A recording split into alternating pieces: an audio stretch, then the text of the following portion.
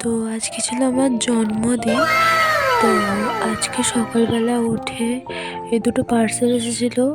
আসার পরে এই ছুটকো কাঠবিড়ালিটাকে খেতে দিলাম। তো রোজই আসে।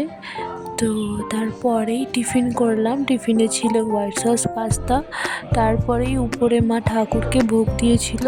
তো অনেক রকমই রান্না হয়েছিল। যেহেতু আমার জন্মদিন তাই মা স্পেশালভাবে ঠাকুরকে অনেক কিছু করে দিয়েছিল। তারপরেই সন্ধ্যাবেলা মোমো করলাম। তারপরে তো আমার জন্মদিনের কেক, তো কেক কাট করলাম। তো কেক কাটার পরে কেকটা সুন্দরই ছিল আর কেকটা খেতেও খুব টেস্টি ছিল। হ্যাপি বার্থডে লেখাটা ওইদিকে হেলে পড়েছিল, আমি দেখতে পাইনি। তো আমি আমার মতো কেক কেটেই যাচ্ছিলাম। কেক কাটার পরে কেক খেলাম আর সবাইকে খাওয়ালাম। তারপর আমি নিজেও খেলাম আর দেখে মনে হচ্ছে আমাকে 10 দিন খেতে পাইনি। আর রাতে ছিল লুচি আর চানাচুর। গুড নাইট সবাইকে।